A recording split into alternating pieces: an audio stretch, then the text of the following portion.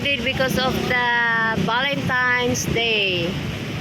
So here is it in Lapu-Lapu City. It's too crowded. So a lot of people can celebrate the Valentine's Day, the Happy Hearts. The Hearts Day. So it's a lot of sweet. Look at sweetness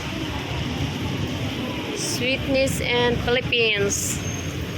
Happy Valentine's everyone from Philippines. Here I am. I'm Nel Solomon. Can make a video for the crowded people here at the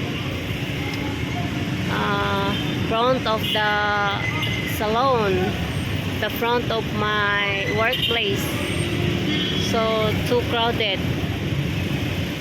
Also the Manginasal and LG Garden Walk, the new Manginasal here, and also Jayco and Stick House and Sangyup Salon. Also the 7-Eleven there at LG Garden Walk. And they are celebrating the Valentine's Day, especially the family, the whole family. So look at the crowded, guys. Crowded people. It's too traffic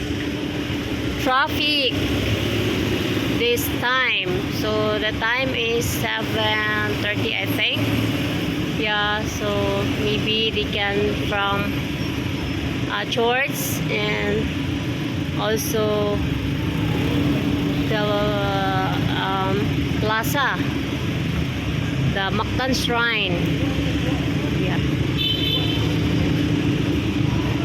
Okay guys, thank you so much. So please subscribe and share. Thank you, Nel Solomon, and happy hearts everyone. See you the next episode. Bye bye.